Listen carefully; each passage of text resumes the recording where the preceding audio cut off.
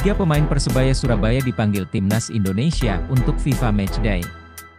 Surya, Ko, ID. Tiga pemain Persebaya Surabaya dipanggil Shin Tae-yong untuk memperkuat Timnas Indonesia di FIFA Matchday. Tiga pemain tersebut adalah Rizky Ridho, Koko Ari-Araya dan Marcelino Ferdinand. Ketiganya bakal menjadi bagian skuad Timnas Indonesia Senior, yang akan melakoni laga FIFA Matchday di bulan September ini.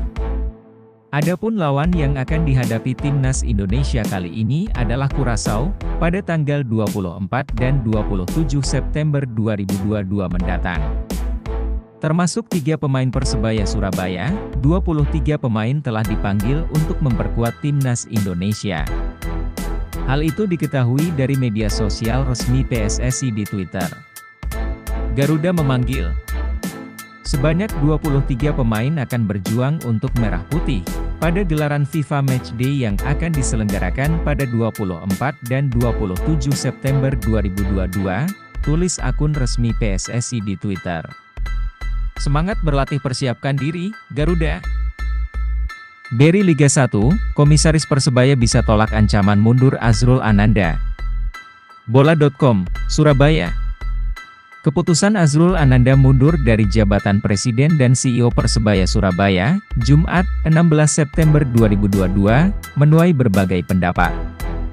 Azrul menyatakan akan menyampaikan surat pengunduran itu pada Senin, 19 September 2022.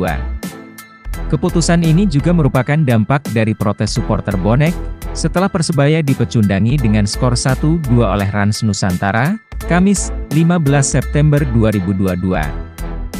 Bonek sampai turun ke lapangan setelah laga di Stadion Gelora Delta, Sidoarjo, tersebut.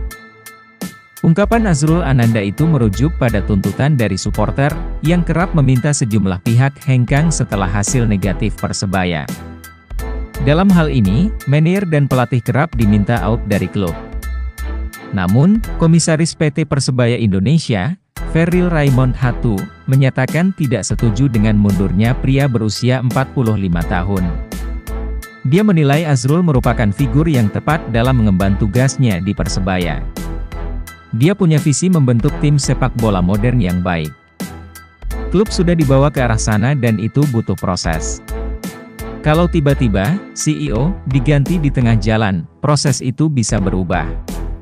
Semua kan butuh proses, imbuhnya. Saham mayoritas Persebaya sendiri dimiliki oleh PT Developmental Basketball League, DBL, perusahaan milik Azrul, dengan sebesar 70%. Sedangkan 30% sisanya dimiliki oleh Koperasi Surya Abadi Persebaya, KSAP, sebesar 30%. KAS merupakan tempat bernaung sebanyak 20 klub internal Persebaya. Masing-masing dari mereka memegang saham sebesar 1,5%. Artinya, keputusan Azrul untuk mundur tentu harus melewati diskusi dengan banyak pihak. Ferril juga tak hanya menjabat sebagai komisaris PT Persebaya Indonesia. Mantan kapten Timnas Indonesia itu juga merupakan pemilik Harapan Budi Setiawan, HBS, satu dari 20 klub internal Persebaya anggota KSAP. Kami bisa lakukan evaluasi. Saya ini komisaris sekaligus pemegang saham. Kami akan berdiskusi dengan mereka dan tim. Dari hasil diskusi ini, kami akan lakukan penilaian. Bisa saja hasilnya adalah surat pengunduran diri itu kami tolak, ungkap Ferril. Saya paham dia sedang kesal. Sebab, manajemen memang terus mendapat tekanan. Silakan kalau memang dia mau mundur. Tapi, kami bisa tidak menyetujui. Kami bisa melakukan veto. Kami bisa lihat bahwa Azrul tertekan karena ada kritikan dari supporter, ucapnya. Pernyataan Azrul mengenai keputusannya mundur disampaikan di hadapan perwakilan supporter dan awak media di kantor pemasaran Persebaya, Sutos, Surabaya, Jumat lalu. Ada pro dan kontra soal keputusan itu. Azrul sendiri tampak kesal mendengar banyak pertanyaan atau permintaan agar dia tidak membuat keputusan gegabah. Dalam beberapa kesempatan, ekspresi geram juga muncul karena tekanan besar dari supporter. Persebaya sekarang ini sudah berada di jalan yang benar. Kalau kesandung sekali dua kali, itu biasa.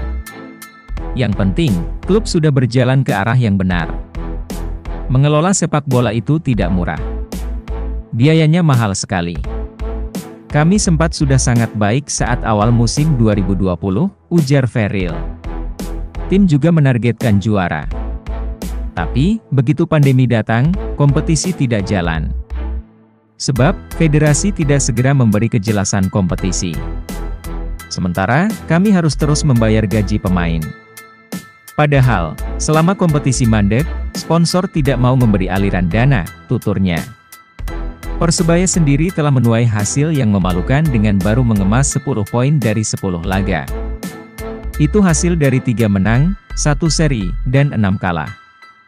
Mereka kini menduduki peringkat ke-14 atau hanya 2 strip di atas zona degradasi.